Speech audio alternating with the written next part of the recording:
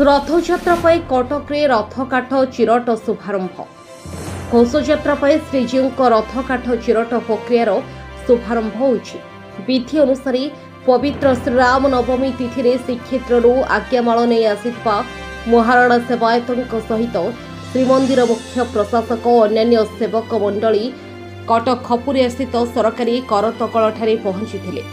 विशेषकर असन, फासी, शिमिली, धौरा, बौल, ताल, नड़िया गछर काठ रथ निर्माण में व्यवहृत होता है। सर्वप्रथम 3 कोटी धौरा काठर पूजार्चना कर चिरट कार्यर शुभ अनुकूल कर तेबे प्रथम थर पर निजे श्रीमंदिर मुख्य प्रशासक उपस्थित चिरट कार्य होइथिबारु लोकंक भितरे बेस उत्साह देखा मिलता। प्राय 7000 शिफ्ट काठ आनिबाकु थिबा बळी एबे सुधा प्राय 2000 शिफ्ट काठ कटक रे पहुंची कहते करतकलर उपखंडीय परिचालक अभिराम जेना। सेपरी विधि विधान अनुसार प्रथमे श्री पंचमी तिथि नयागढ़ जंगल रथकाठ कटार शुभारंभ कर पुरी रथगला को आसी थाए। यापर श्रीराम नवमी काठ चिरट प्रक्रिया कर पुनश्च रथगला को जाए और परिशेष पवित्र अक्षय तृतीय दिन रथ निर्माण शुभारंभ कर सेवायत अमीन महाराणा। मो ना अभिराम जेना, मु ये खपुरिया कलर उपखंडीय परिचालक। आज प्रति वर्ष परी ए वर्ष श्रीराम नवमी रे आमर प्रभु जगन्नाथंकर रथ चिरट निमंते काठर जो चिरा कार्य शुभारंभ करा जाए। पुरी आज्ञामाल आसे, पुरी आज्ञामाल धरिकी आमर सेठिकर पूजक, नीति प्रशासक एवं मुख्य प्रशासक आसी जोग देइथिले। आमर एठी ए जो चिरट पाई आमर वन उन्नयन विभाग आमर वनखंड वन निगम अधिकारी जी आमर श्रीजुक्त रुद्र चरण साहू उपस्थित थे। पूजा कार्य करागला। आज प्रथमे 3 खंड धौरा काठ पूजा करागला। आज शुभारंभ करागला। या पर ठारू आमर काठ चिरा चलिबो। चिरट कार्य रथ निर्माण शेष पर्यंत तथापि जून 20 जून 25 पर्यंत चलिबो।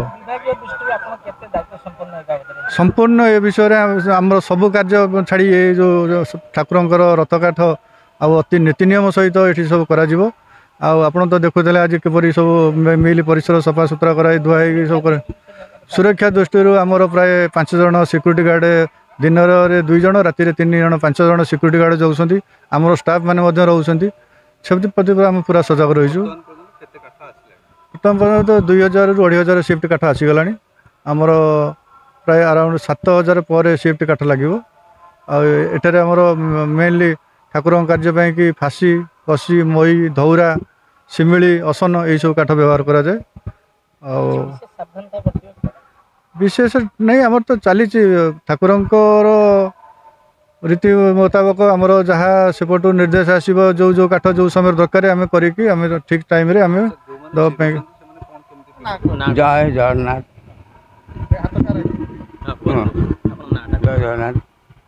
मोदी रथ मुख्य महाना मो नाम हूँ लक्षण महापात्र, अमीन महाना। आज आज आज्ञामाल आज रथ काठ चिरट अनुकूल। आज रामनवमी आमर 3टी धौरा काठ ये चिरट हेले आज कम आमर चिरा कम आरंभ है।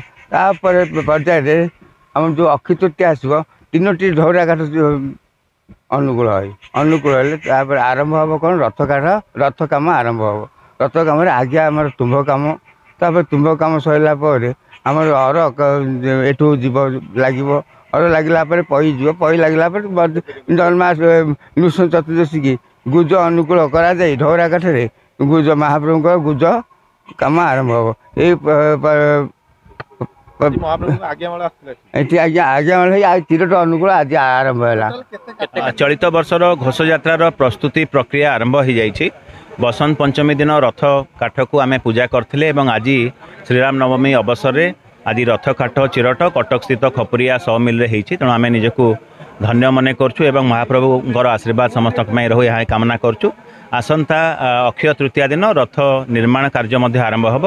आम समस्त जगन्नाथ प्रेमी भक्त मानक महाप्रभु पाखे आशीर्वाद कामना करुँ। जो रथ यात्रा हुए रथ बनवाई जो काठ दरकार पड़े ये गवर्नमेंट समिल नुआपड़ा ठारे करा जाए बना जाए माने कटा जाए कटिंग करा जहाँकि आज शुभ आरंभ करागला आमर मध्य उपस्थित थे सेक्रेटरी अरविंद बाबू थे एठिकार अंचल कॉर्पोरेटर थे जहाँकि यही कटक सदर कन्स्टिट्यूएंसी अंडर नुआपड़ा ठारे ये प्रति वर्ष यही कार्यक्रम करा जाए आज समस्ते योगदान करी जहाँकि शुभारंभ कार्यक्रम करागला। कटकरू जयते पाणी का रिपोर्ट हर्षिका मीडिया।